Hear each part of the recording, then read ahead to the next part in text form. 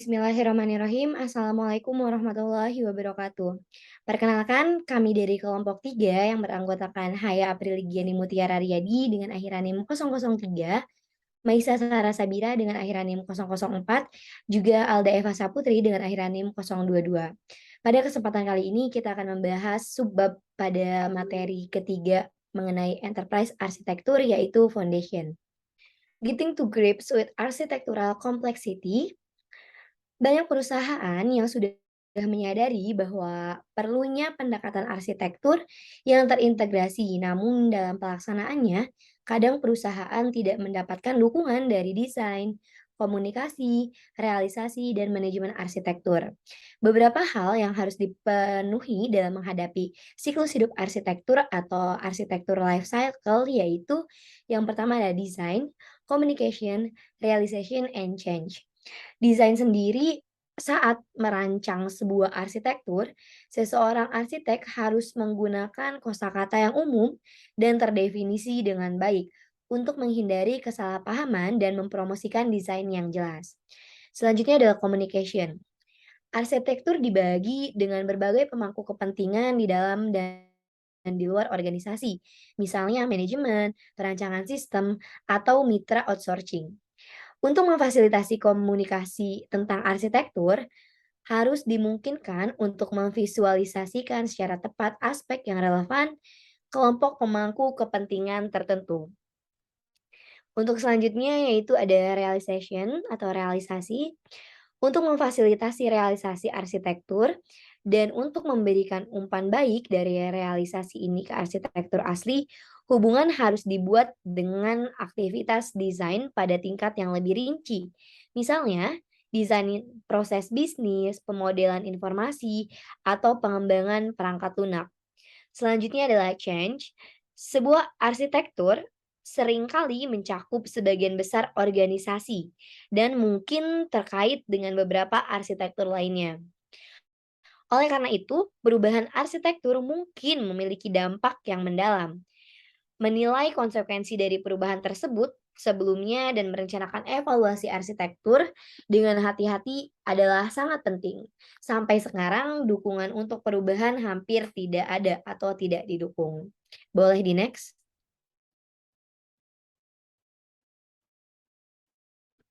Baik.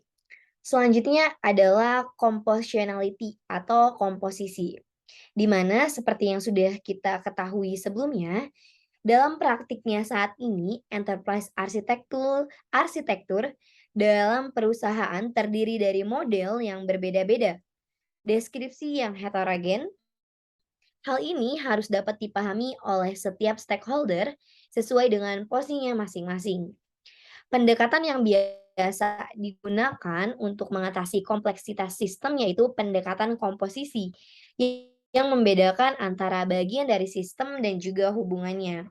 Pendekatan komposisi berperan ketika ada beberapa sudut pandang dalam mendeskripsikan sistem, lalu fungsi dalam arsitektur diuraikan dan fungsi bagian-bagian dan hubungannya. Di samping ini adalah hubungan atau heterogenitas arsitektur domain yang mana ada information arsitektur, proses arsitektur, produk arsitektur, technical arsitektur, and application arsitektur. Boleh di next lagi? Baik. Untuk selanjutnya adalah integration of architectural domain atau integrasi domain arsitektur.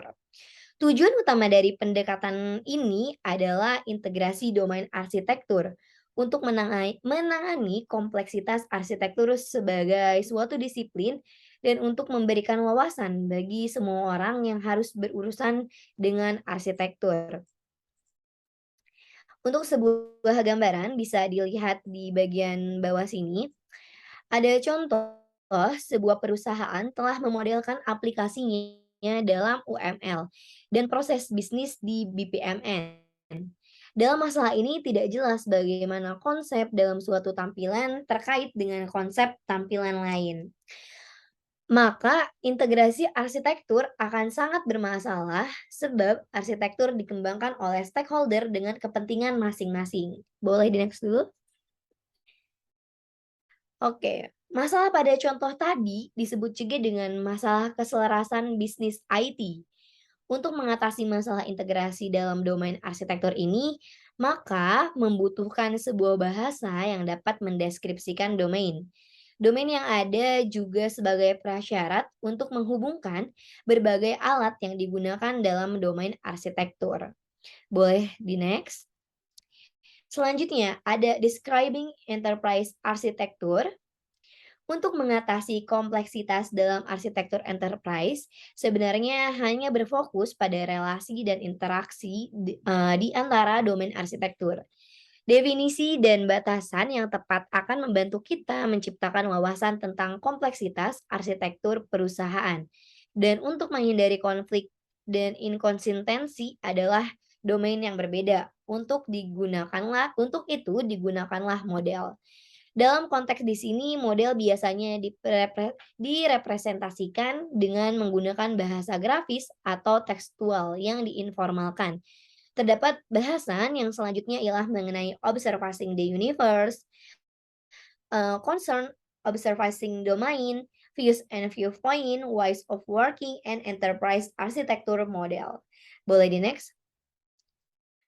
Untuk selanjutnya, materi mengenai describing enterprise arsitektur pada subbabnya akan dijelaskan oleh Alda Eva Saputri. Kepadanya dipersilahkan. Materi selanjutnya yaitu Describing Enterprise Architecture yang di dalamnya berisi Observing the Universe. Baik, Peirce pada tahun 1969 berpendapat bahwa persepsi dan konsepsi penonton sangatlah dipengaruhi oleh minat penonton di alam semesta yang diamati. Representasi arsitektur ini merupakan deskripsi arsitektur yang mungkin berisi model arsitektur, namun juga misalnya deskripsi tekstual. Nah, hubungan yang mendasari antara pemangku kepentingan, perusahaan, arsitektur, dan deskripsi arsitektur dapat dinyatakan dalam bentuk tetrahedron yang didasarkan pada tetrahedron Frisco yang dikembangkan oleh Falkenberg pada tahun 1998. Selanjutnya, jadi dalam memahami bagaimana dari perusahaan, stakeholder akan dipengaruhi oleh minat khusus mereka pada perusahaan yang diamati, yaitu perhatian mereka. Namun ada beberapa kekhawatiran yang bukan satu-satunya dari faktor yang mempengaruhi konsepsi pemangku kepentingan tentang suatu domain. Faktor penting lainnya yaitu adalah prakonsepsi yang mungkin dimiliki oleh pemangku kepentingan karena mereka didorong oleh latar belakang sosial, budaya, pendidikan, dan profesional. Nah, di sini ada gambaran dari concern. Concern yaitu ada arsitektur, di bawahnya ada stakeholder, dan di bawahnya lagi ada enterprise dan arsitektur description. Nah, di concern ini lebih khusus lagi tuh dalam konteks pengembangan sistem, arsitek akan mendekati domain dengan tujuan mengekspresikan domain dalam beberapa rangkaian konsep seperti kelas, aktivitas, kendala, dan lain-lain. Nah, oleh karenanya kami menganggap bahwa ketika arsitek memodelkan domain, mereka melakukannya dari beberapa perspektif tertentu. Nah, secara umum orang nantinya akan cenderung menganggap bahwa alam semesta atau dunia di sekitar kita itu terdiri dari elemen-elemen yang saling berkaitan. Dalam pandangan kami, bagaimanapun untuk menganggap bahwa semesta terdiri dari seperangkat elemen sudah merupakan pilihan subjektif. Nah, dibuat secara sadar atau tidak sadar oleh pemirsa yang mengamati alam semesta. Baik, materi selanjutnya yaitu ada observing domains. Domain dalam setiap subset dari konsepsi menjadi satu set elemen alam semesta yang dipahami sebagai beberapa bagian atau aspek dalam alam semesta. Nah, model ini konsepsi domain yang sengaja diabstraksikan dan tidak ambigu. Pemodelan adalah tindakan dengan sengaja mengambil model dari apa yang dianggap sebagai bagian dari alam semesta. Jadi arsitek itu tidak hanya untuk dapat mewakili bagian dari konsepsi mereka tentang perusahaan, namun juga untuk dapat mewakili bagian dari perspektif yang mereka gunakan dalam menghasilkan konsepsi ini. Nah, menurut arsitek untuk dapat merefleksikan proses kerjanya sendiri saat memodelkan domain dalam hal contohnya diagram kelas UML, kami menganggap bahwa mereka dapat mengekspresikan fakta bahwa mereka menggunakan kelas, agregasi, sosial, asosiasi, dan lain-lain untuk mengembangkan domain yang dimodelkannya. Oke, yang keempat ini ada view points. Para pemangku kepentingan memerlukan pandangan spesifik tentang arsitektur yang nantinya akan difokuskan pada keprihatinan mereka dan mengabaikan informasi yang tidak perlu. Suatu pandangan ditentukan melalui suatu sudut pandang yang mengatur bagaimana pandangan-pandangan yang membahas perhatian khusus dari para pemangku kepentingan itu dibangun, mengingat arsitektur yang sedang dipertimbangkan. Nah, domain dari setiap subset dari setiap konsepsi yaitu ada the ISO IAC IEEE 42010 2011 standar ISO IAS IEEE 2011 defines point and viewpoint as follow. View adalah mengekspresikan arsitektur sistem kepentingan dari perspektif satu atau lebih pemangku kepentingan untuk mengatasi masalah tertentu menggunakan konvensi yang ditetapkan oleh sudut pandangnya. Nah, sedangkan pengertian viewpoint yaitu spesifikasi konvensi untuk membangun, menafsirkan, menggunakan, dan menganalisis satu jenis tampilan arsitektur. Nah, sederhananya itu view adalah apa yang kita lihat dan sudut pandang mengatakan dari mana kita melihatnya. Terima kasih Alda. Materi selanjutnya adalah Ways of Working. Menurut Wigers and Hage pada tahun 1990, membuat dan menggunakan model arsitektur biasanya melibatkan beberapa cara kerja terkait. Yang pertama adalah way of thinking, mengartikulasikan asumsi tentang jenis domain, masalah solusi, dan pemodel yang terlibat. Yang kedua, modeling, mengidentifikasi konsep inti bahasa yang dapat digunakan untuk menunjukkan, menganalisis, memvisualisasikan, dan untuk menganimasikan deskripsi arsitektur. Selanjutnya adalah a way of communicating, menjelaskan bagaimana konsep abstrak dari cara pemodelan dikomunikasikan kepada manusia. Misalnya dalam hal tekstual atau notasi grafis, sintaks, gaya, atau media. Selanjutnya ada way of working, struktur bagian dari cara sistem dikembangkan. Ini mendefinisikan tugas yang mungkin termasuk subtugas dan pemesanan tugas yang akan dilakukan sebagai bagian dari proses pengembangan. Selanjutnya memberikan pedoman dan saran heuristik tentang bagaimana tugas-tugas ini harus dilakukan. Selanjutnya ada a way of supporting atau dukungan yang ditawarkan oleh mungkin otomatis alat untuk menangani, membuat, menampilkan, memodifikasi, dan lain-lain, model dan juga tampilan. Pada umumnya, sarana penunjang disediakan dalam bentuk beberapa alat yang terkomputerisasi. Yang terakhir ada way of using untuk mengidentifikasi heuristik.